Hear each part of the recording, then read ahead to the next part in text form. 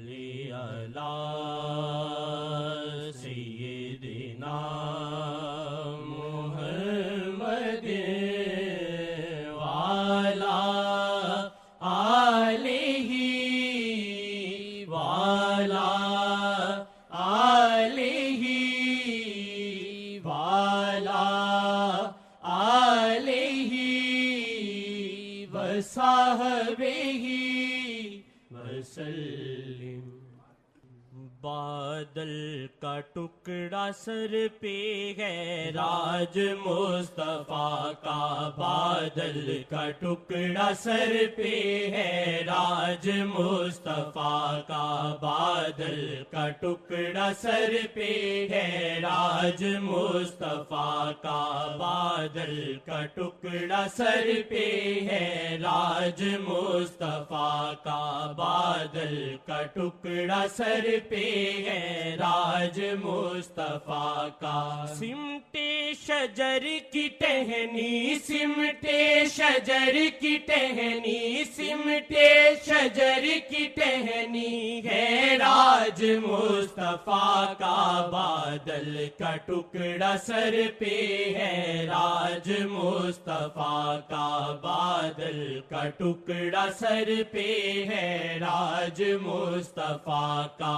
بادل کا ٹکڑا سر پہ ہے راج مصطفیٰ کا، بادل کا ٹکڑا سر پہ ہے راج مصطفیٰ کا، بادل کا ٹکڑا سر پہ ہے راج مصطفیٰ کا، بادل کا ٹکڑا سر پہ ہے راج مصطفیٰ کا۔ سمٹے شجر کی ٹہنی، سمٹے شجر کی ٹہنی، سمٹے شجر کی ٹہنی ہے راج مصطفیٰ کا، بادل کا ٹکڑا سر پہ ہے راج مصطفیٰ کا، بادل کا ٹکڑا سر پہ ہے راج مصطفیٰ کا۔ کونین پہ ازل سے ہے اور ابد تلک ہے، کونین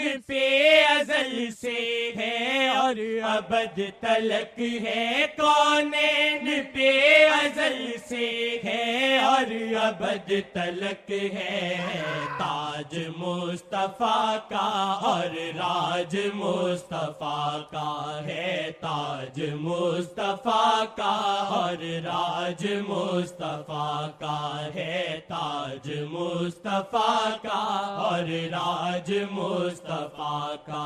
سمٹے شجر کی ٹہنی، سمٹے شجر کی ٹہنی، سمٹے شجر کی ٹہنی ہے راج مصطفیٰ کا، بادل کا ٹکڑا سر پہ ہے راج مصطفیٰ کا، بادل کا ٹکڑا سر پہ ہے راج مصطفیٰ کا۔ ابھی وضاحت سمجھ میں نہیں آتی جو کہتے ہیں، یہ پرانے ان سے سنا ہے تو شاید وہ اس کے الفاظوں سے اندازہ سمجھ جاتے ہیں ان کو، لیکن نئے آتے ہیں وہ کہیں گے بادل کا ٹکڑا کیسے اور یہ کیسے ہے۔ اب یہ سارا بیان مفسر بہت مشکل ہو جاتا ہے، لیکن تھوڑا ضرور ہونا چاہیے۔ یعنی گرمی ہوتی تھی تو بادل خود آ جاتا تھا، آپ کے ساتھ ساتھ چلتا تھا، ایسے کبھی نہیں ہوا ہے اور آئندہ قیامت تک ہو بھی نہیں سکتا ہے۔ یہ خصوصیت حضرت محمد مصطفیٰ کی، کسی ایک معجزے کو آدمی سوچے ایمان لانے کے لیے کافی ہے۔ سمٹ ٹہنی کا اس نے کہا، نئے لوگ ہیں ان کو نہیں پتا۔ ایک جگہ تشریف فرما ہوئے، سامنے کی دھوپ تھی تو ٹہنیاں درخت کی خود مڑ کے سامنے آ گئی۔ تو مطلب ہر چیز پہ آپ کا راج تھا اور یہ سب چیزیں آقا کی غلام تھیں۔ سورج غلام تھا، چاند غلام تھا، ساری کائنات غلام تھی۔